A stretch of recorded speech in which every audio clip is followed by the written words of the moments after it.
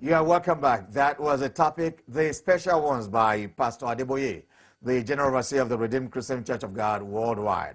Next week, we'll bring you another topic from Pastor Adeboye. But don't forget that Redemption Time was brought to you by Broad Express Medical Supply and Equipment. Coming up next is tourism and culture. And today, we'll present to you our package on Namibia. My country, Namibia, is situated in the southern part of the African continent, bordering with South Africa in the south, Angola in the north, Zambia north in the northeast, and Botswana in the east. And then on the western coast, we have the Atlantic Ocean, which I could also claim to say that we are sharing the border with the United States of America, because one can sail from the United States up to the port of Walvis Bay in Namibia without passing any other country. So I can also claim to be a neighbor to the United States.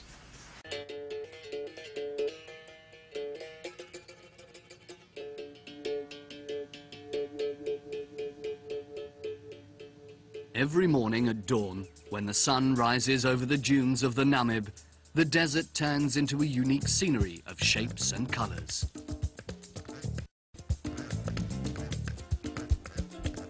The dune landscape of Sossusvlei is one of the landmarks of Namibia, the land of contrasts in the south of Africa.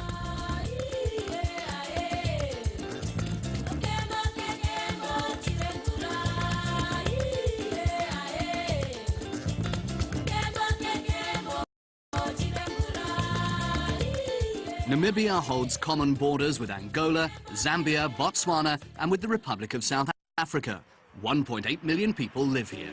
Namibia attained its independence on the 21st of March 1990, after 106 years of foreign occupation.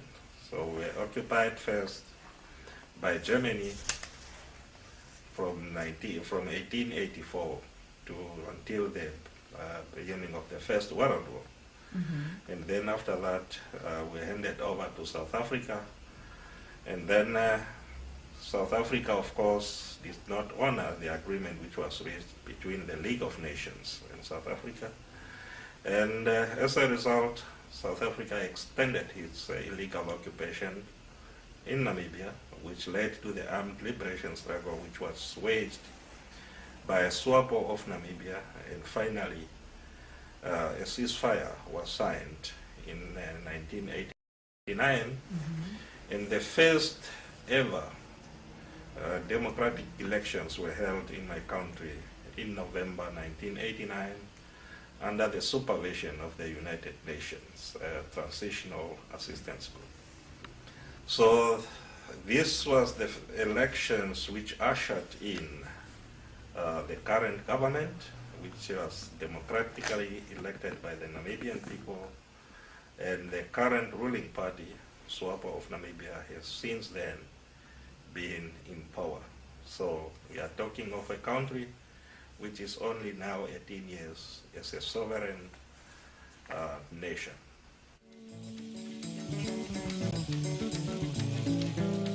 After you've passed passport control and customs, you'll be welcomed by your tour guide.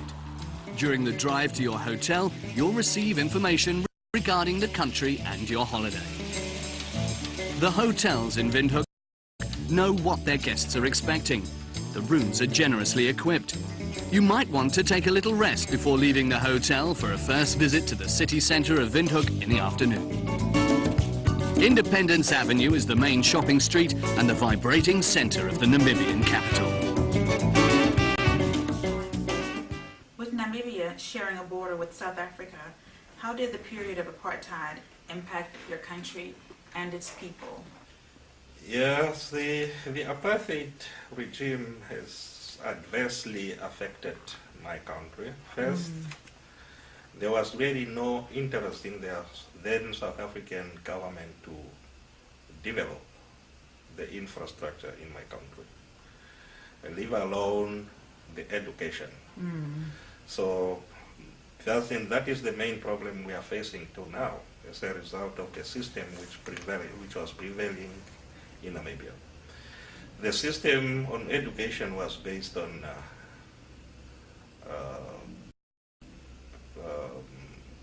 racial, and we have about 13 structures of education systems between or in Namibia, and it was arranged according to the tribal groups in our country. So, and that is now one of the main challenges we have, to integrate those 13 educational structures in one national education system. And for all those years, the apartheid regime did not even bother to put up institutions of higher learning. When we attained our independence, there was not even a single university on the Namibian, in Namibia.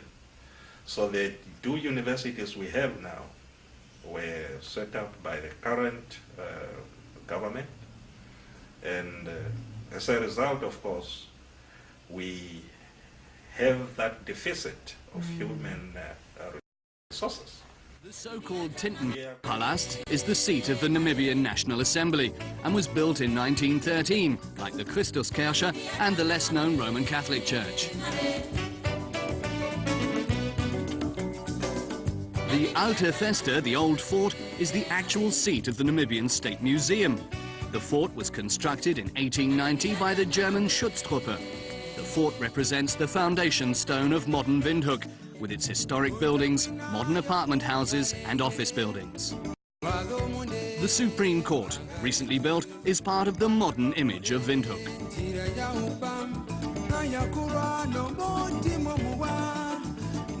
Besides visiting coffee shops, bars and restaurants, it's always nice to go shopping in one of the malls of the city. Take your time and have a look at how Namibian handicrafts are made. You're always welcome.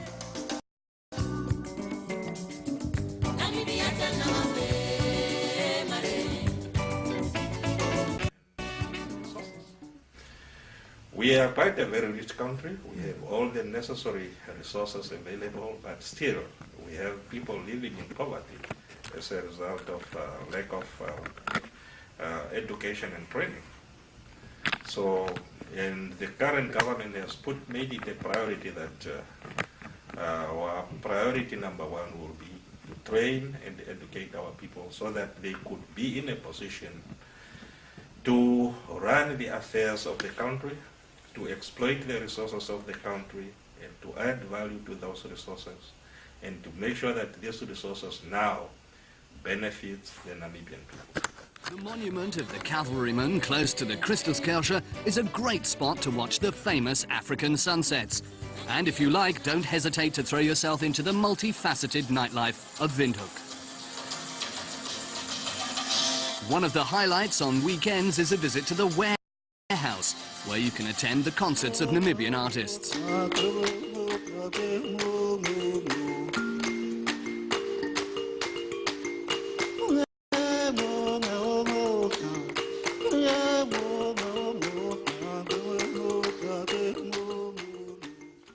Your natural resources, the resources that you have there in your country. Talk a little bit about your resources. Yes, Namibia is blessed with a lot of mineral resources. We have the quality diamonds, the gem diamonds. We have uranium, we have copper, we have zinc, we have steel, we have gold, we have dimension stones.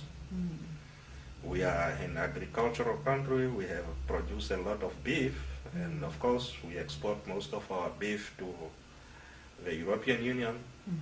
We are currently negotiating with the government of the United States of America to see whether our beef could also enter the American market.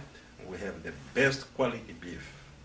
I think people used to talk about the Argentinian beef, but ours is even far much better than the Argentinian beef. So it's #1 beef on the international market.